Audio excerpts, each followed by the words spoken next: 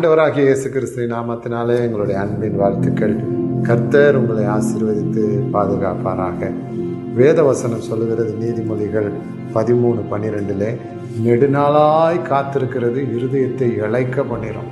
ஒருவேளை சில காரியங்களுக்காக நீங்கள் காத்திருக்கிறதுனாலே உங்களுடைய ஜெப வாழ்க்கையிலே ஒரு இளைப்பு உண்டாயிருக்கலாம், உங்கள் விசுவாசத்திலே ஒரு இளைப்பு உண்டாயிருக்கலாம், உங்களுடைய ஆவிக்குரிய வாழ்க்கையிலே கர்த்தரை நேசிக்கிற அந்த அன்பிலே ஒரு இளைப்புனா ஒரு தொய்வு, ஒரு சோர்வு ஏற்பட்டிருக்கலாம். நெடுநாளாய் நீங்கள் ஒரு காரியத்துக்காக காத்திருந்து, இனிமே நடக்காது, இனிமே எனக்கு ஒரு குழந்தை பாக்கியம் கிடைக்காது, இனிமே எனக்கு வேலை கிடைக்காது, இனிமே என்னுடைய கண் பார்வைக்கு ஒரு விடுதலை கிடைக்காது அப்படின்னு நீங்கள் நினச்சிட்டு இருந்திருக்கலாம்.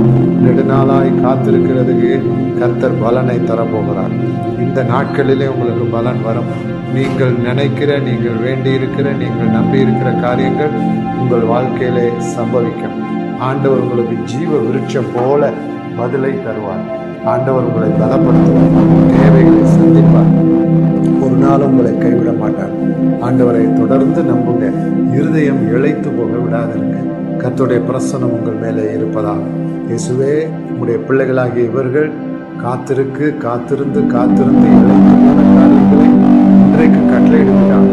இன்றைக்கு அவர்கள் வீடு தேடி நல்ல செய்திகள் வருவதாக, ஃபோன் மூலமாய் வருவதாக, பேங்க் மூலமாய் வருவதாக, ஆண்டவரே இமெயில் மூலமாக, செல்போன் வாயிலாக வருவதாக. இயேசுவின் நாமத்தினாலே மனிதர்கள் மூலமாய் நல்ல செய்திகள் வருவதாக.